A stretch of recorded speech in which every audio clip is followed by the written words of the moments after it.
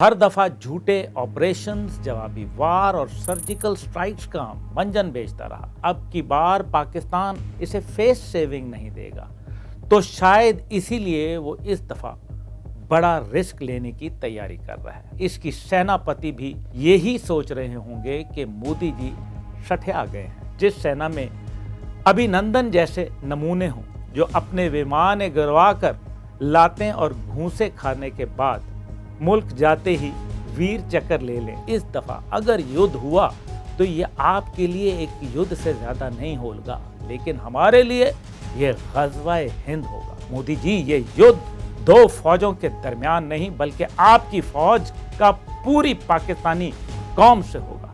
आपकी नजर शायद आजाद कश्मीर पर होगी, लेकिन हमारा मकसद लाल किले पर सब्ज़ हिलाली परचम लहराना है। इस्लाम तो जिंदा रहेगा, लेकिन फिर हिंदुस्तान के मंदिरों में घंटियां नहीं बल्कि घंटा ही बजेगा। अगर आपने इस दफा युद्ध की गलती कर दी तो ये 7 लाख अल्लाह के शेर जब उठेंगे तो ना ही फिर आपको माफी मिलेगी और ना ही छुपने की जगह।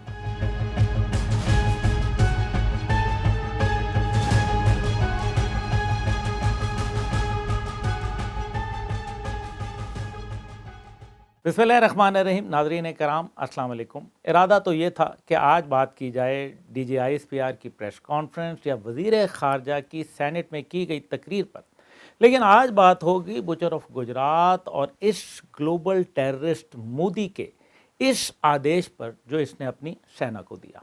वो कहता है कि सेना को हमले के लिए वक्त और जगह के तयन की मुकम्मल आज़ादी है।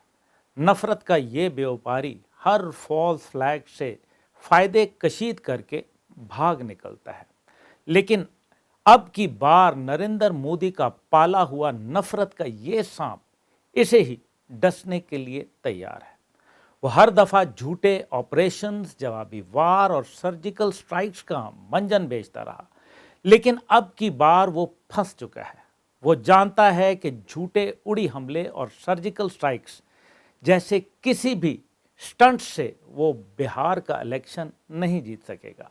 वो जानता है कि अब की बार पाकिस्तान इसे फेस सेविंग नहीं देगा, तो शायद इसीलिए वो इस दफ़ा बड़ा रिस्क लेने की तैयारी कर रहा है। वो अपनी सेना को हमले, वक्त और जगह के तयन का आदेश दे चुका है, लेकिन इसकी सेनापति भी यही सोच रहे होंगे कि मोदी जी सठे आ गए हैं। वो सोच रहे होंगे कि GAC यानी कि जनरल इलेक्ट्रिक इंजन्स की डिलीवरी ना होने के सबब तेजास की डिलीवरी भारतीय फ़ज़ाइया को ताहाल मुमकिन नहीं हो सकी। वो सोच रहे होंगे कि जिस नॉन प्रोफेशनल सेना का एयर डिफेंस सिस्टम जंग में अपने ही जहाज़ मार गिराए, जिस सेना की टुकड़ियां एक दूसरे को दुश्मन तस्वर करके एक दूसरे ऊपर हमला आवर हो जाए, जिस सेना का ब्रह्मोस मिसाइल गलती से फायर होकर पाकिस्तानी इलाके में जा गिरे, और जिस सेना में अभिनंदन जैसे नमूने हों, जो अपने विमान गिरवा कर लातें और घूंसे खाने के बाद मुल्क जाते ही वीर चक्र ले लें। आप इसे हमले, वक्त और जगह के तयन का आदेश दे रहे हैं। मोदी जी, आपने जो आदेश देना था दे दिया।